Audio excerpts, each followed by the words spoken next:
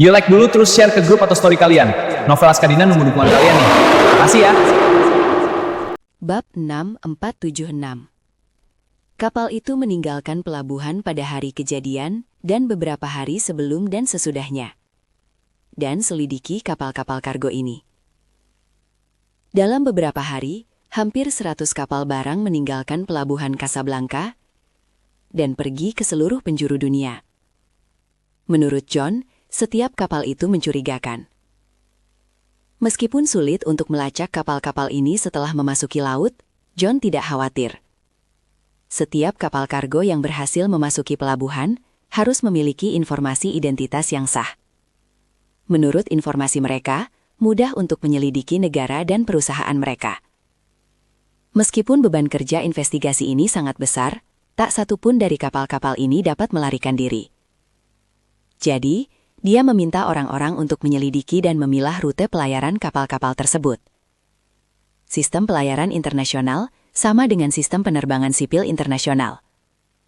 Informasi relevan dari setiap kapal sipil yang terdaftar secara sah dipublikasikan kepada dunia luar secara real-time. Siapapun dapat memeriksa pergerakan pesawat sipil manapun dan lokasi sebenarnya di situs web atau perangkat lunak profesional. Hal yang sama berlaku untuk kapal. Jika Anda memesan mobil yang diproduksi di negara lain, atau bahkan benua lain, salesperson Anda akan memberitahu Anda nomor registrasi kapal setelah mobil Anda dikirim.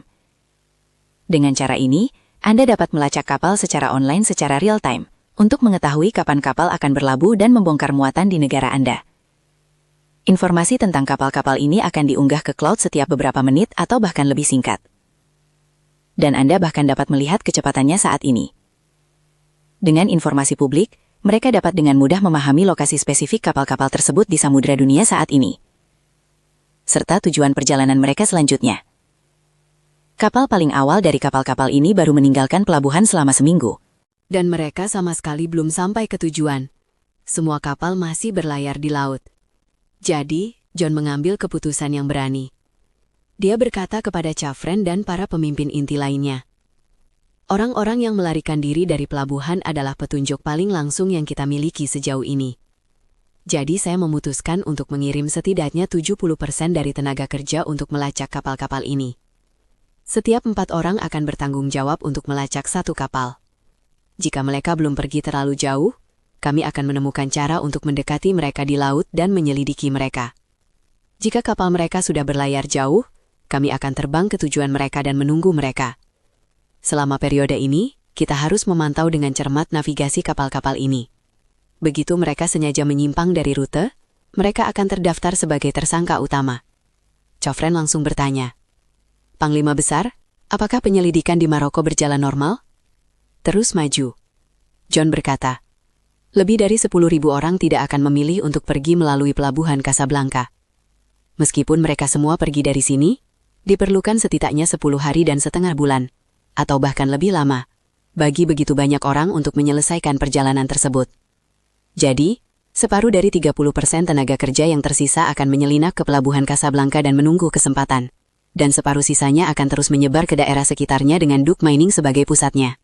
Terutama menyelidiki tempat-tempat yang dapat menampung ribuan orang. Kita harus menemukan cara untuk mendapatkan informasi dari penduduk setempat.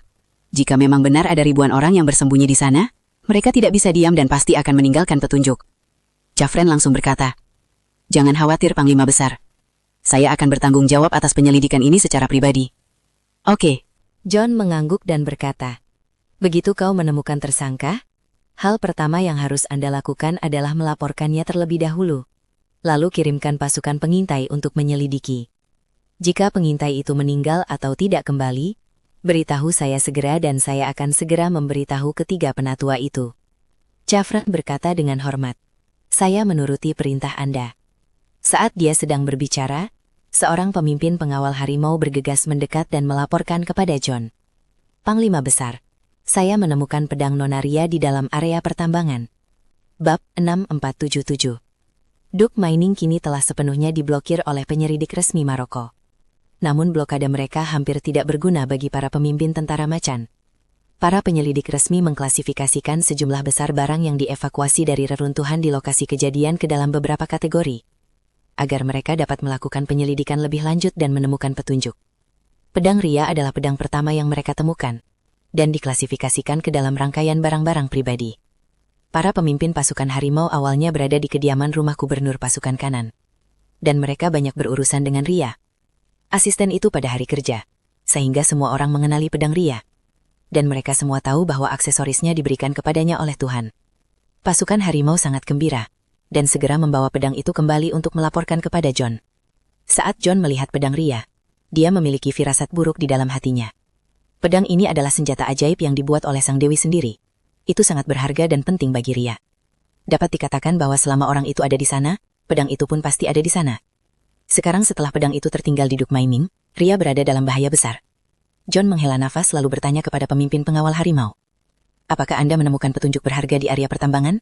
Pemimpin itu langsung berkata, melapor kepada Komandan Agung, meskipun lokasi kejadian telah hangus terbakar, masih terlihat bahwa baik pasukan kavaleri maupun pasukan pengawal kematian tidak membawa barang-barang pribadi apapun saat mereka pergi. Ada banyak sekali makanan di gudang dan banyak sekali daging. Telur dan produk susu di ruang pendingin tidak diambil, tapi langsung terbakar di tempat.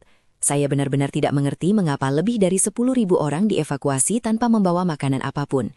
Apakah mereka begitu yakin bahwa mereka dapat meninggalkan Maroko dalam waktu sesingkat mungkin? John mengerutkan kening dan bertanya-tanya. Tidak apa-apa kalau para pengawal kavaleri dan pengawal kematian itu tidak membawa makanan. Lagi pula mereka semua adalah pejuang. Meskipun mereka tidak makan atau minum, mereka bisa bertahan hidup selama beberapa hari atau bahkan lebih lama. Tapi orang tua, lemah, perempuan dan anak-anak itu tidak bisa hidup tanpa makanan. Sangat sulit untuk memahami mengapa orang-orang ini tidak membawa makanan ketika mereka pergi. Seperti yang dia katakan, dia menatap orang yang bertanggung jawab. Komandan Garda Harimau di Pelabuhan Casablanca mengatakan, ngomong-ngomong saat Anda sedang menyelidiki video pengawasan pelabuhan, apakah Anda menemukan jejak orang tua, orang lemah, wanita dan anak-anak? Pihak lainnya langsung berkata, melapor kepada Panglima tertinggi. Belum ada yang ditemukan, namun kami masih memeriksa lebih cermat untuk melihat apakah ada hal yang terlewatkan. Mungkin kita bisa menemukan sesuatu. John mengangguk dan berkata, jangan abaikan petunjuk apapun. Para prajurit maut dan penjaga kavaleri ini memiliki kemampuan untuk menyelinap ke pelabuhan dan menyelundupkan barang ke luar negeri. Namun hal ini sangat sulit bagi para lansia, kaum lemah, perempuan dan anak-anak. Tante, apakah ada cara lain untuk mengirim orang keluar? Anda harus mengawasi dermaga dengan cermat dan memberitahu saya segera setelah ada pergerakan. Komandan Camp Tiger Guards langsung berkata, jangan khawatir Panglima Besar, saya akan mengawasinya dengan cermat dan tidak akan pernah membocorkan petunjuk apapun. John berkata kepada semua orang, situasi militer sangat mendesak. Semua orang harus segera bertindak secara terpisah. Beberapa orang berkata serempak, baik Pak. Lalu mereka berbalik dan pergi. John mengambil pedang Ria dan berkata kepada Chavren, Jenderal Yuan, Anda bertanggung jawab untuk menjaga tempat ini. Aku akan melaporkan keadaan Ria kepada Tuhan. Chavren menangkupkan kedua tangannya dan segera mengusir Mingler dan beberapa anak buahnya saat dia berjaga di luar gudang. Bab 6478.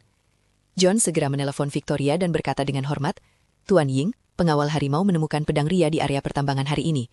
Namun, tidak ditemukan petunjuk lain yang berkaitan dengannya. Victoria mengerutkan kening dan bertanya, pedang yang kutempa juga merupakan senjata sihir. Aku enggan memberikan pedang ini kepada Yeremia, tapi pihak lain tidak mengambilnya kembali. Apakah ini berarti mereka meremehkan barang-barangku? John tidak bisa memahami cara kerja otak Tuhan. Menurutnya, bukankah menemukan pedang ini adalah hasil terbaik? Mengapa Tuhan marah? Lalu dia berubah pikiran. Meskipun Tuhan itu perkasa dan kejam, bagaimanapun juga dia tetaplah seorang wanita. Tingkat kepercayaan diri perempuan selalu berbeda dari laki-laki. Mungkin di matanya, itu adalah penghinaan baginya untuk dibuang begitu saja oleh seseorang padahal dia menganggap dirinya berharga. Dia lebih suka orang lain mengambil pedangnya dan memperlakukannya sebagai harta karun. Jadi, John berkata dengan canggung, Ya Tuhan, kurasa mungkin orang ini tidak tahu nilai dari hal baik ini. Dan beginilah keadaannya. Senjata ajaib Tuhan tidak akan jatuh ke tangan musuh. Victoria berkata dengan dingin. Apakah Ria meninggal di tangan orang ini, atau diculik oleh orang ini? Orang ini pasti tidak akan mengabaikan pedang itu. Dia melihatnya dan meninggalkannya di tempat kejadian. Jelas sekali bahwa dia tidak menganggap serius pedang itu. Setelah itu, Victoria berkata dengan dingin, singkirkan pedang itu, dan biarkan ketiga tetua itu mengembalikannya kepadaku di masa depan. John berkata dengan tergesa-gesa, aku menuruti perintahmu. Victoria bertanya lagi, apakah Anda menemukan petunjuk apapun dalam penyelidikan? Ya, John langsung menjawab. Tuanku, Pasukan pengawal harimau menemukan beberapa pengawal kavaleri dalam rekaman video pengawasan pelabuhan Casablanca. Mereka menyelinap masuk ke pelabuhan, dan keberadaan mereka tidak diketahui. Saya memperkirakan mereka telah meninggalkan pelabuhan. John dengan cepat menambahkan. Tapi jangan khawatir tuanku. Saya telah meminta orang-orang untuk memeriksa semua kapal yang meninggalkan Casablanca selama periode ini. Dan mereka pasti akan ditemukan. Victoria terkejut dan langsung bertanya. Mereka meninggalkan Maroko secepat itu? Hal yang paling dikhawatirkan Victoria adalah pria misterius itu. Dan para anggota Duke Mining sudah meninggalkan Maroko. Dunia ini begitu luas, sehingga begitu Anda meninggalkan Maroko, mencarinya akan seperti mencari jarum di tumpukan jerami. Dia meminta ketiga tetua itu untuk tetap tinggal di Nigeria dengan harapan anak buah John dapat menemukan mereka di Maroko, sehingga ketiga tetua itu dapat mencapai tujuan mereka sekaligus. Jika orang-orang ini sudah meninggalkan Maroko, kalau begitu, kali ini tidak akan ada kesempatan sama sekali. Hanya Tuhan yang tahu kerugian macam apa yang akan ditimbulkan pria misterius itu padanya saat ia muncul lagi. John mendengar kecemasan dalam nada suara Victoria dan segera menjelaskan. Ya Tuhan, sejauh ini kita baru memotret jejak lebih dari selusin pengawal kavaleri. Menurut saya, mereka seharusnya dipindahkan dan dievakuasi secara bertahap. Jadi saya yakin sebagian besar dari mereka seharusnya masih berada di Maroko saat ini. Victoria berkata dengan dingin. Mungkin beberapa orang dari Duke Mining masih berada di Maroko dan belum sempat dievakuasi. Saya tidak tahu apakah dalang yang saya cari masih ada di sana. Jika dia pergi, tidak akan mudah untuk menemukannya lagi. Setelah itu dia langsung memerintahkan. Dengarkan baik-baik, terutama jika Anda menangkap anggota Duke Mining. Segera potong tangan dan kaki mereka, cabut semua gigi mereka, lalu kirim mereka ke Nigeria untuk diinterogasi secara pribadi oleh ketiga tetua. Jika kau menangkap terlalu banyak, bunuh semua anggota keluarga mereka di tempat, dan kirimkan pasukan kavaleri dan pasukan maut ke Nigeria. John berkata dengan cepat, jangan khawatir tuanku. Saya akan melakukan yang terbaik untuk menangkap semua orang yang belum meninggalkan negara ini. Bab 6, 47, 9. Saat ini di pabrik makanan, lebih dari 10.000 orang mengantre untuk menerima penawar yang dapat menghilangkan racun dalam tubuh mereka. Setelah Siprus, Charlie juga menyaksikan kedisiplinan yang kuat dari para prajurit maut ini. Para pengawal kavaleri dan keluarga mereka lagi. Bahkan untuk penawar yang sudah lama ditunggu-tunggu, semua orang benar-benar mengikuti perintah dan berbaris dengan tenang. Para pemimpin mereka memperingatkan mereka untuk tetap diam. Jadi, tidak ada seorang pun yang berbicara di tempat kejadian, bahkan berbisik pun tidak. Ada lebih dari 10.000 orang di lokasi kejadian. Hanya terdengar suara gesekan pakaian satu sama lain saat mengantre perlahan, dan suara langkah kaki yang ringan. Untuk menyiapkan penawarnya, Charlie hampir menghabiskan semua pil yang dibawanya. Jika harga pil-pil ini dihitung berdasarkan nilai ratusan miliar dolar per pil permajaan, bahwa orang-orang kaya di dunia akan bersedia membayar triliunan atau bahkan lebih banyak lagi dolar AS. Namun, Charlie tentu saja tidak akan terlalu peduli dengan keuntungan dan kerugian biaya tersebut. Pil-pil tersebut dapat dimurnikan kembali. Namun, kesempatan untuk menyelamatkan lebih dari 10.000 orang mungkin tidak akan pernah datang lagi. Setelah Warriors Den menyelesaikan transfusi darah besar-besaran antara berbagai garnisun, sebagian besar anggota pengawal kavaleri mungkin akan bertempur sampai mati melawan penjajah demi keluarga mereka. Sekalipun para penyerbu membawa penawar untuk menyelamatkan mereka, mereka kemungkinan besar tidak akan meninggalkan keluarga mereka dan hidup sendirian. Setelah menerima penawar racun, semua orang langsung meminumnya di tempat sesuai ketentuan. Tidak diketahui apakah hal itu disepakati sebelumnya atau diorganisir secara spontan. Setelah meminum penawarnya dan kembali ke antrean, mereka berlutut dengan satu lutut tanpa mengucapkan sepatah kata pun. Setelah semua orang menerima penawar dan meminumnya, seluruh area pabrik sudah dipenuhi orang-orang yang berlutut membentuk formasi persegi. Semua orang berlutut serempak, menatap Charlie yang berada di depan mereka. Mata mereka penuh dengan rasa syukur dan hormat. Laster, komandan Garda Kavaleri, melangkah maju, berlutut dengan satu lutut di depan Charlie, dan berkata dengan hikmat. Tuan Wade, saya dan semua saudara dari Garda Kavaleri dan prajurit maut, kita semua bersedia mengikuti Tuan Wade seumur hidup dan melewati segala rintangan demi dia. Charlie tersenyum dan berkata, saya bukan panglima perang, juga bukan pemimpin bandit. Seandainya bukan karena Warriors Den yang menewaskan orang tua saya tidak akan ingin terlibat dalam perdebatan tentang benar dan salah ini. Hal yang sama berlaku untukmu. Seandainya kau tidak dipaksa oleh Warriors Den selama beberapa generasi, kamu tentu tidak mau menjadi pembunuh dan pion orang lain. Mulai malam ini, kami akan mengirimmu ke tempat yang aman. Jika suatu hari nanti aku membutuhkan bantuanmu, itu pasti untuk menghadapi musuh bersama kita. Jika Warriors Den hancur suatu hari nanti, Anda dan keluarga Anda akan sepenuhnya bebas. Kemana harus pergi dan apa yang harus dilakukan, saya tidak akan ikut campur. Tidak seorang pun yang tidak ingin memiliki pasukan yang terdiri dari tentara yang sudah mati dan prajurit maut. Mereka adalah para ahli yang telah ditempah dan bahkan dilatih dengan cara-cara yang tidak manusiawi. Mereka adalah mesin pembunuh sejati. Sekalipun mereka dijadikan tentara bayaran dan dikirim untuk mencari uang, mereka dapat menciptakan aliran kekayaan yang stabil. Namun, Charlie adalah satu-satunya yang tidak memiliki keserakahan untuk memiliki pasukan semacam itu. Setelah Warriors dan dimusnahkan oleh dirinya sendiri, dia bahkan tidak ingin mempertahankan Cataclysmic Front di tangannya. Pada saat itu, dia akan memberikan kebebasan penuh kepada para prajurit yang telah gugur, para pejuang maut, bahkan Joseph dan puluhan ribu prajurit di seluruh front bencana. Laster terharu dan berkata dengan hormat, "Saya telah memerintahkan semua orang untuk tidak berbicara, jadi saya akan berbicara mewakili semua orang. Pak Witt telah memberikan kami kehidupan baru. Terlepas apakah Tuan Witt dapat menggunakan kami atau tidak, kami akan selalu mengikuti perintah Tuan Witt. Kapanpun dan dalam hal apapun, selama Tuan Witt berbicara, kita tidak berani membangkang." Janji ini tidak hanya akan ditepati oleh kita, tetapi juga oleh keturunan kita. Setelah berbicara, dia menyatukan kedua tangannya dan mengangkatnya ke atas kepala. Di dalam pabrik, tiba-tiba hembusan angin bertiup kencang. Gelombang kuat itulah yang disebabkan oleh semua orang yang menggenggam tangan dan mengangkatnya ke atas kepala secara bersamaan. Charlie tahu bahwa janji ini lebih penting daripada Gunung Tai. Meskipun kemungkinan besar dia tidak akan menggunakannya, janji ini tetap menyentuh hati. Jadi dia tidak mengelak, mengangguk sedikit dan berkata, "Kalau begitu, pertama-tama saya ingin mengucapkan terima kasih kepada kalian semua." Setelah itu, dia berkata kepada Luster, "Komandan Yin, Anda akan menyusun daftar kelompok pengungsi pertama malam ini dan bersiap sebelum gelap." Luster langsung berkata, "Aku menuruti perintahmu." Pada saat itu, seorang prajurit dari front bencana datang dengan cepat dan berkata kepada Charlie dan Duncan, "Tuan Wade, Inspektor Lee, sebuah mobil datang, dan hanya ada pengemudi di dalam mobil." Duncan segera bertanya dengan waspada, "Apakah Anda yakin hanya ada satu orang?" Prajurit itu berkata, "Ya, prajurit kami memiliki penjaga di ketinggian strategis, dan mereka dapat melihat dengan jelas setiap pergerakan dalam radius 10 km. Memang hanya ada satu orang dan satu mobil." Saat dia mengatakan itu, telepon satelitnya tiba-tiba bergetar, dan dia langsung menyalakan teleponnya, dan sebuah gambar dikirimkan ke ponselnya melalui satelit. Foto itu adalah wajah pengemudi yang diambil oleh petugas jaga dengan kamera berkekuatan tinggi. Duncan melihat sekilas dan menghela napas lega. Dia berkata, pria ini adalah mantan bos pabrik makanan itu. Dia mungkin ada di sini untuk melihat perkembangan peningkatan tersebut.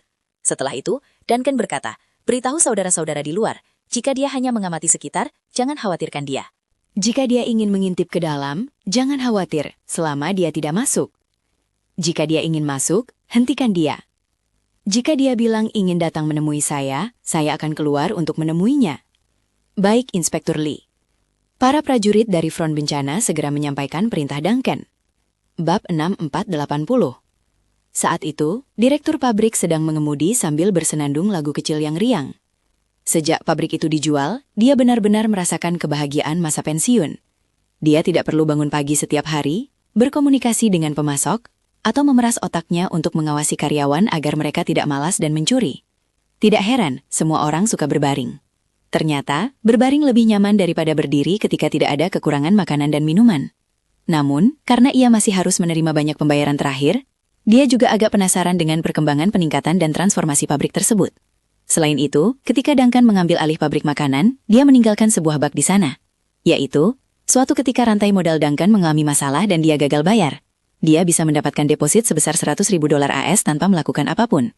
Oleh karena itu, suasana hatinya saat itu sangat kontradiktif. Di satu sisi, ia berharap Duncan akan segera memberikan pembayaran terakhir kepadanya. Di sisi lain, ia berharap Duncan akan langsung gagal bayar.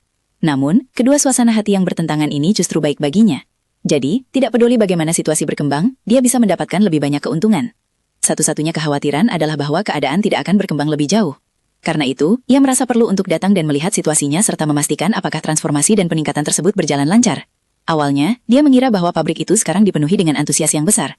Namun, dia tidak menyangka bahwa ketika dia hendak tiba, Dia mendapati bahwa seluruh gerbang pabrik tertutup rapat, dan tidak ada mobil di depan pintu. Sepertinya pintu itu langsung tertutup. Dia memarkir mobil di gerbang, lalu keluar dari mobil. Ia berhenti dan menajamkan telinganya untuk mendengarkan sejenak. Namun, dia tidak mendengar gerakan apapun di dalam. Dia langsung merasa gembira dan berpikir dalam hati. Mungkinkah rantai pendanaan orang itu benar-benar putus? Kalau tidak ada alasan mengapa dia belum mulai bekerja dalam waktu yang begitu lama. Meskipun dia harus menunggu peralatannya. Seharusnya dia setidaknya membongkar peralatan aslinya dan merenovasi struktur teknik sipilnya terlebih dahulu kan. Karena ragu, ia segera mendekati pintu dan melihat bahwa pintu itu terkunci dari dalam. Jadi dia berbaring di luar pintu besi dan mengintip ke dalam. Saat itu, seorang pria keluar, mengerutkan kening dan bertanya, "Apa yang kamu lakukan di sini?" Bos itu buru-buru berkata, "Saya bos di sini." "Oh tidak, saya bos sebelumnya. Orang yang bertanggung jawab di sini masih berhutang banyak kepada saya, jadi saya datang untuk mengeceknya." Pria itu berkata, "Anda ingin bertemu dengan orang yang bertanggung jawab di sini kan? Tunggu sebentar, saya akan meneleponnya." Setelah itu, dia berbalik dan berjalan kembali. Tak lama kemudian, Duncan keluar. Melihat sang bos, dia bertanya dengan rasa ingin tahu melalui gerbang besi. "Mengapa kamu di sini?" Sang bos tersenyum dan berkata, "Saya hanya keluar untuk melakukan sesuatu dan mampir ke sini untuk melihat perkembangannya. Lagi pula ini adalah kerja keras separuh hidupku." Lalu dia bertanya pada Duncan, "Ngomong-ngomong, kenapa kamu belum mulai bekerja? Saya kira peningkatan dan renovasi sudah dimulai." Duncan berpura-pura sedih dan berkata, "Jangan dibahas, salah satu rekan saya sedang mengalami masalah dan ingin berhenti." Saya mengerjakan pekerjaannya selama 2 hari ini. Ngomong-ngomong, saya juga menghubungi orang lain untuk melihat apakah saya bisa mendapatkan pasangan baru. Tapi jangan khawatir, kontrak kita kan hanya 2 bulan. Saya pasti akan membayar sisa tagihan dalam waktu 2 bulan. Ya, kata bos itu sambil tersenyum. Saya tidak khawatir Anda tidak akan membayar angsuran terakhir. Saya hanya ingin melihat bagaimana tempat ini akan direnovasi secara spesifik. Duncan mengangguk, berpura-pura ragu tetapi berpura-pura tenang. Jika semuanya berjalan lancar, dalam 3 hingga 5 hari lagi, kita hampir bisa memulai konstruksi. Saya telah membayarkan seluruh dana fleksibel yang tersedia kepada Anda. Sekarang kami hanya membutuhkan dana dari mitra kami untuk memulai pembangunan. Lalu saya akan secara bertahap menginvestasikan dana dari proyek-proyek saya yang lain setelah proyek-proyek tersebut berjalan lancar. Saya rasa seharusnya tidak ada masalah. Setelah itu Duncan berkata, "Tapi jangan khawatir. Bukankah aku sudah memberimu 200.000? Jika masalah pendanaan tidak dapat diselesaikan, 100.000 dari 200.000 akan menjadi denda keterlambatan Anda." Bos itu melihat bahwa Duncan sepertinya menyembunyikan sesuatu, dan merasa bahwa masalah ini mungkin tidak sesederhana yang dikatakan Duncan. Dan dia merasa sedikit bersemangat. Pabrik itu dipindahkan hanya dalam beberapa hari. Dia tersenyum dan berkata, "Kamu sangat cakap, tidak akan ada masalah, aku lega." Setelah itu, dia tidak ingin tinggal di sini lebih lama lagi, jadi dia berkata kepada Duncan, "Aku ada urusan lain, jadi aku harus pergi dulu. Aku menyempatkan waktu untuk datang menemuimu hari ini. Jika Anda membutuhkan bantuan, Anda bisa menghubungi saya, dan saya pasti akan membantu Anda jika saya bisa." Duncan mengangguk dan berkata, "Baiklah, kamu tunggu saja kabar dariku tentang uang itu." Lagi pula, kalau aku mau kabur, aku tetap tidak bisa. Pabriknya belum dialihkan. Meskipun saya tidak mampu membayar sisa tagihan, pabrik ini tetap milik Anda. Anda tidak perlu khawatir. Ketika sang bos mendengar hal ini, ia merasa bahwa Duncan tampaknya telah menghadapi kesulitan besar. Dia sangat gembira dan berkata sambil tersenyum, "Aku lega, aku benar-benar lega. Cukup sekian dulu untuk sekarang. Kamu sibuklah, aku pergi dulu." Melihat bosnya pergi dengan mobil, Charlie berjalan keluar dari pabrik. Charlie keluar dan berdiri di samping Duncan lalu berkata, "Inspektur Lee, pria ini tampak sangat bahagia." Duncan mengangguk dan berkata, "Dia pasti berpikir aku sedang dalam masalah. Saya hanya mengatakan bahwa kita seharusnya bisa memulai konstruksi dalam 3 hingga 5 hari. Dia pasti akan mengingatnya dan kembali untuk melihatnya dalam 3 hingga 5 hari. Seandainya kita bisa mengungsi sebelum dia datang lagi nanti, tempat ini akan menjadi sepi." Pada saat itu, saya khawatir dia akan tersenyum lebar. Charlie tersenyum dan berkata, "Langkah Inspektur Lee benar-benar sebuah kejeniusan. Kami tiba-tiba menghilang, dan dia mendapat tambahan $100.000. Saat itu, dia pasti akan lebih banyak menutup mulutnya daripada siapapun." Duncan tersenyum dan berkata, "Jangan khawatir Tuan Wade, dia akan merahasiakan masalah ini dan tidak akan memberitahu ayahnya meskipun ayahnya datang. Begitu kami pergi, dia pasti akan segera mengatur agar para pekerja kembali bekerja. Saat itu, tidak akan ada lagi kekhawatiran."